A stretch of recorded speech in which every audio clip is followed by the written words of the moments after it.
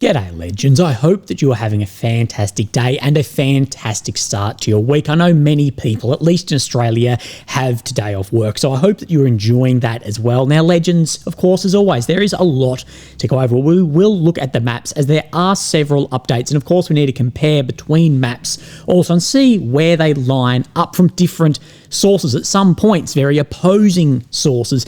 Of course, we'll talk about the Easter truce, what occurred yesterday in that reduction of tempo, as what we do know, there was a lot of breaches of this. But what may this set up in the future? We need to talk about a tweet, a truth, whatever it would be called, that Trump has put out talking about a deal that is coming between Ukraine and Russia and talking about business with the US. And we need to talk about that because what we know is that Trump just isn't having a lot of it, that he wants an end to this. But what does that mean then for Europe and America's relationship? Because we know they're sitting in very different spots. And will Ukraine eventually have to maybe choose between the US and Europe? And then I have a bit to present on Su-34s, of course, the aircraft dropping the FAB glide bombs on the front line, and further extension on what I spoke about the other day of could you see Ukrainian drones armed with air-to-air missiles to try and get on top of these, because it's been well over 170 days. We haven't seen any of these aircraft go down, and what we know is visually confirmed there are multiple of these rolling out from UAC on their production lines. So let's start at the Easter truce. Now, what we do know is there was reduced tempo. There definitely wasn't no bullets or bombs fired, and we do know that both ways there was a lot of fingers pointed saying they fired, this fired, but we know there was definitely a reduction in the amount of fighting. And the maps and geolocations, of course, reflects this. And Deep State, they put this on their Telegram, that the Russians used the order not to shoot from our side, but to pull their dead and wounded, conduct demining, bring in food, water, and equip positions. We have a lot of footage that looks similar to this. Soldiers under white flags bringing dead or wounded off the front line. And of course, what we did know is that there would be operations of then improving positions, logistics, and getting ready for an increase in fighting again. And I do believe it is likely we will see this. Of course, there's been a lot of accusations of violations of this and footage to back up, of course, violations both ways. Although overall reports were that the front lines are more quiet. But I do believe this could potentially be a step in the direction of more ceasefires or truces like this. This is the first one that we have seen then accepted. You know, we do know that there was offered over Christmas and rejected, but could this be a bit of a start to this? Now, Zelensky, he has then tweeted this from Commander Syrskyi, that he's claiming just under 3,000 violations by the Russian forces and then assaults in the Pokrovsk direction. Also saying this day was not enough for Moscow to respond either to the proposal for a full 30-day ceasefire after Easter or to the proposal to at least extend the ceasefire in the sky, of course, from drones and missiles targeting infrastructure.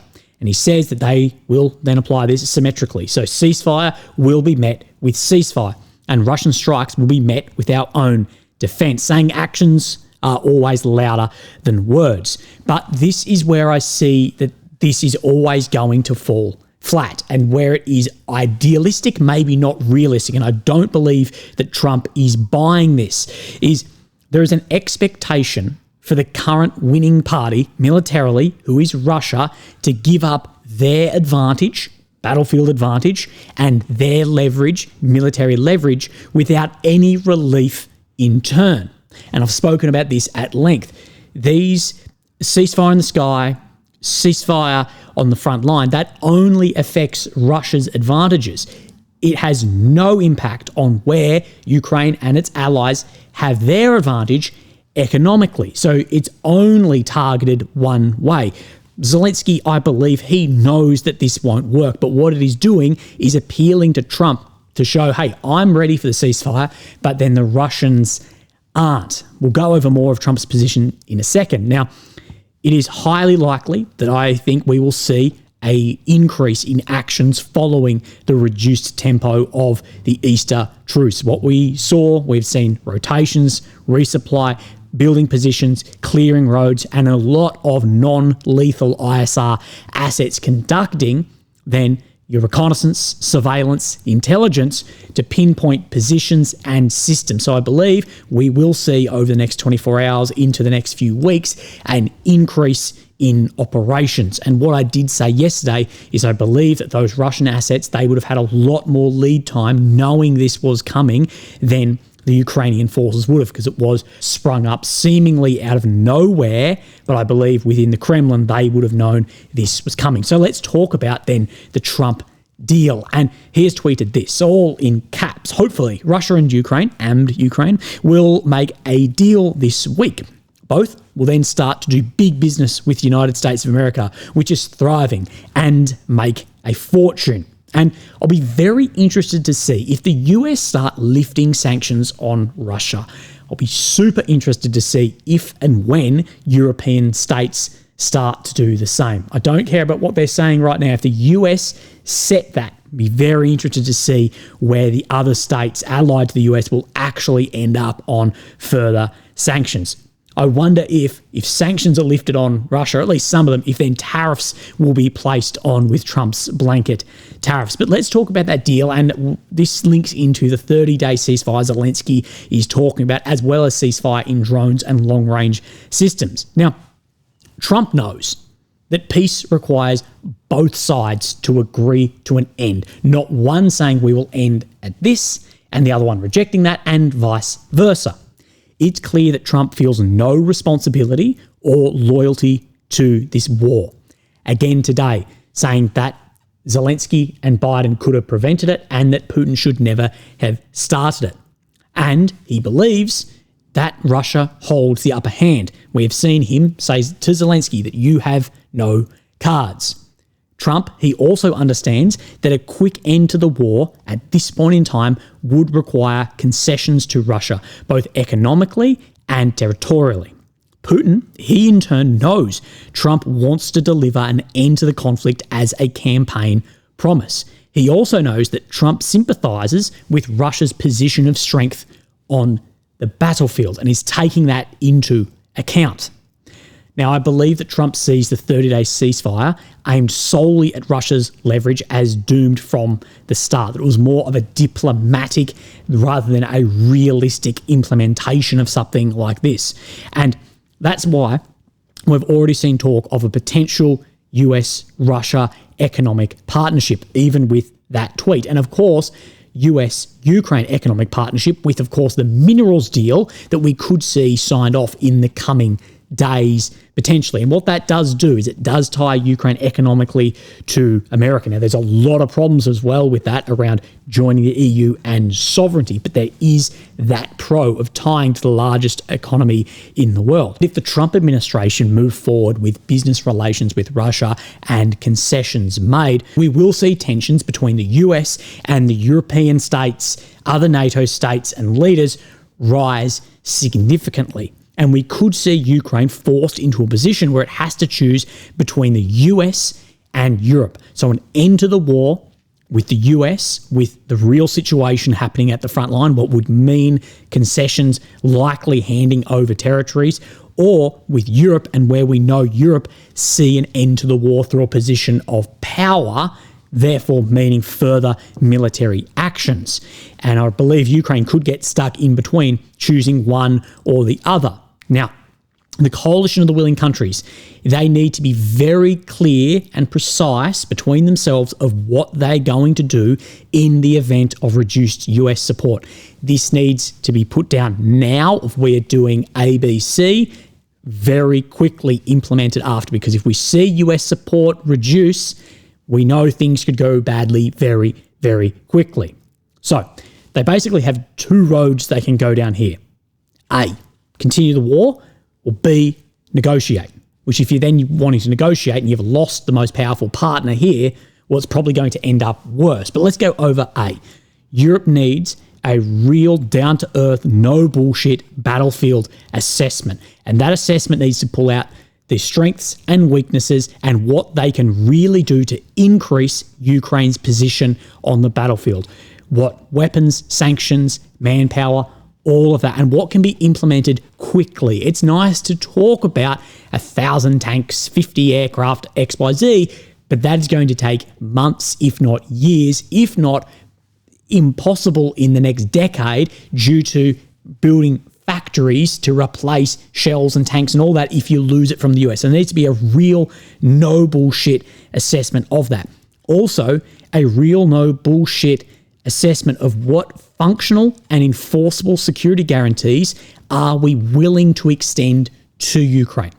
Not talk about what are we willing to say, yes, this is the security guarantee and we are willing to enforce it by doing X. It needs to be very clearly defined, and you'd have to do this quickly if you start losing the US. We know the US with Trump, they do not have the appetite for continuation of war or the patience to be playing games to try and get in a further position somewhere in the future. Now, B is negotiate.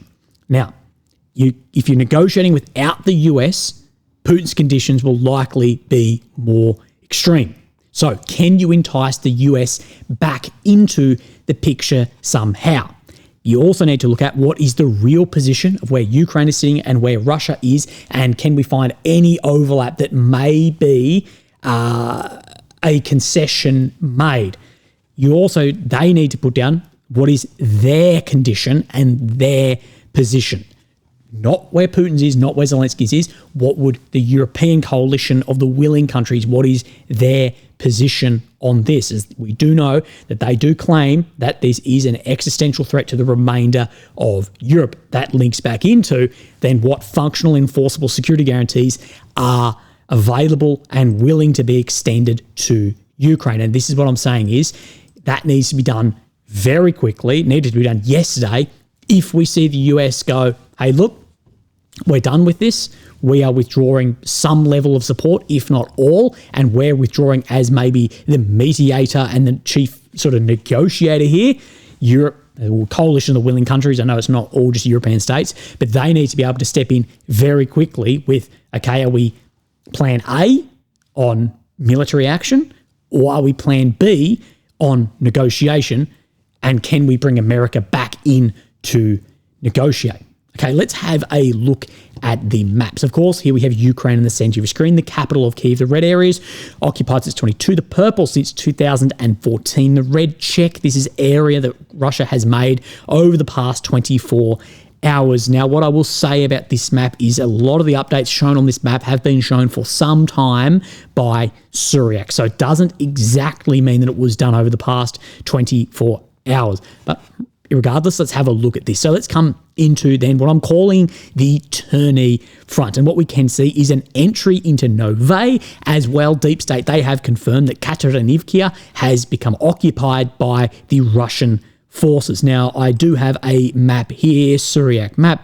The Russian army took full control over the locality of Novomyakhlivka, just to the north of Kateryivka. So it is showing it further northern advancement. The Ukrainian army withdrew from a small village after the loss of the southern trenches. So there was a withdrawal here, and Russia has then made this area too. Now, what I think the Russians are going for here, they're pushing a lot of assets into here. They are pushing very hard. They've made that 8 to 10 kilometers in a few weeks, which relatively is actually fairly quick given the nature of this battle. They are pushing to get closer to the Oskil and provide some level of strategic cutoff. So the strategic cutoff range I'm working with for the Russian forces is really fiber optic FPV range. So let's go about 10 kilometers. And what they can do is, of course, this Oskil here, this is a natural barrier.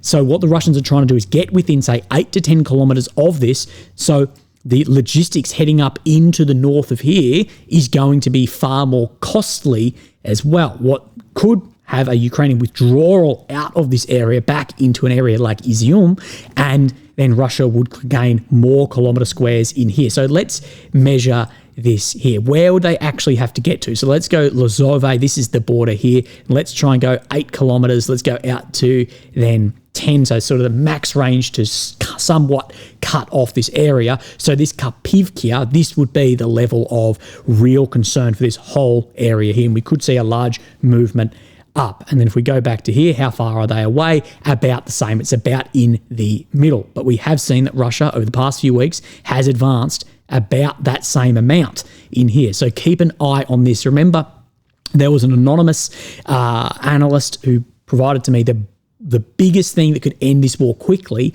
is we see a large surround or cutoff of troops somewhere. That if we saw at this point a large amount of troops, like a very large amount, actually cut off, we could see a complete shift in the battlefield very quickly. And he did say it's very dangerous seeing where Russia is pushing out in some spies, but very dangerous too in areas where Ukraine could get enveloped. So just keep an eye on this front evolving. Now we come to the south of here and we have Toretsk or Pokrovsk Eastern Front. We can see Sukabalka, more areas in here coming under control by the Russian forces. We've seen a lot more movement in here than we have for a long time over the past week, and this is then confirmed by the Syriac map as well. So we can definitely confirm that movement. Then just to the west of here, we have in the Trotsky, or then I call it the Zaporizhia front in here, we do have a further Russian advancement. So we can see in multiple areas movements being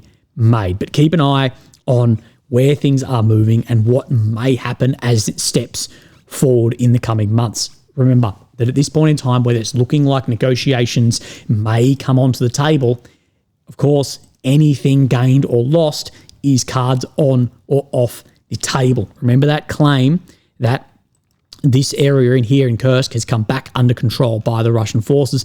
Make sure you keep an eye on what is happening there with Trump's sort of no bullshit, realpolitik observation of this war and trying to pin himself as the chief mediator, negotiator in this. So again, I don't have high hopes of going to see an end because I just think the conditions that seem that even Trump is putting forward, which are way less than what Putin is putting forward, even that just Crimea being officially Russian is what's being at least talked about.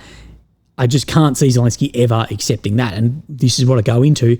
We have this idea of Ukraine will win by Russian economic collapse, Russia will win by Ukrainian military collapse, and both of those are treating down which one's going quicker. But then there's a third option we need to put into, is also Trump's patience with this war. And Putin can play that to his advantage, that Trump has far more leverage over Ukraine than he does Russia. He can provide a lot of opportunities, but that, of course, has friction, massive friction between allied countries and the US. So we will see. Now, I always provide these because it is important when we see and try and get an idea of the attrition rate of Russian fighter aircraft. So we always go off what we can visually confirm because UAC always post a batch. I don't know how many a batch is meant to be. So in this footage, we see UAC delivering at least two Su-34 aircraft to the Russian aerospatial forces. Now, I believe that these are the most important aircraft in this war.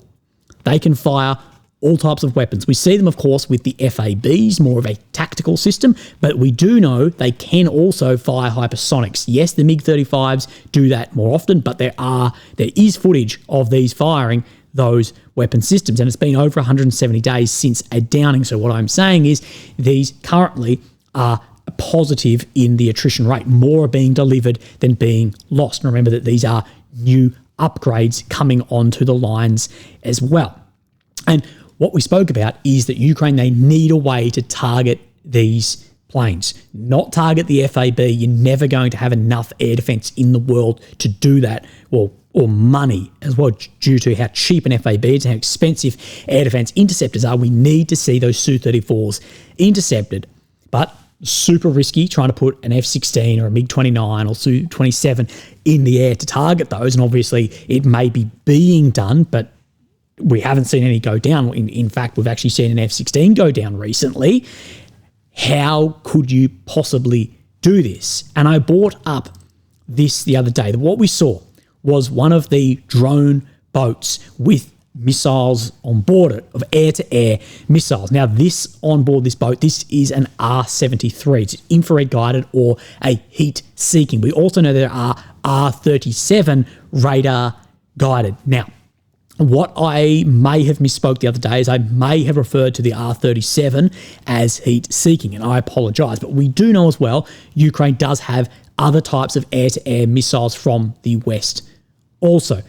In numbers, well, we don't really know. But what I suggested is there any way to strap these onto some drone and send that out over the front to try and intercept one of these fighters? And a contact behind the scenes has then said this: Matt, a few days ago, you suggested Ukraine could arm their drones with R37 missiles to try and deal with Su-34s. I have some comments.